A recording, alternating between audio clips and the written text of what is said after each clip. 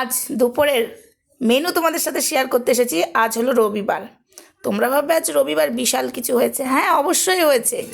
এই দেখো ভাত, ঠিক আছে, এইদিকে আলু পোস্ত, এদিকে মুসুরির ডাল। আচ্ছা, এই ডালের এটা দেখে না কেউ কিছু মনে করো না, কারণ ডালটা আমি এটাতেই সেদ্ধ করেছি আর ফুটিয়ে ফোড়ন দিয়ে এটাতেই নামিয়েছি, ঠিক আছে। আর এই যে ফুলকপির বড়া, মচমচে একদম, আতপ চাল বাটা দিয়ে। আর ওই দিকেও একটা আলু পোস্ত আছে। এই আলু পোস্তটা হলো আমি খাবো দুবেলা, কেননা আমি এই আলু পোস্তটা খাবো না।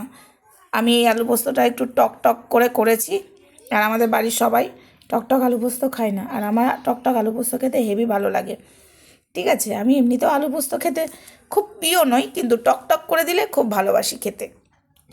আর এই হলো দুপুরের মেনু। আর এই যে থালা নিয়ে বসে পড়েছি, আজকে নিচেই বসেছি খেতে, তোমাদের সাথে একটু শেয়ার করলাম।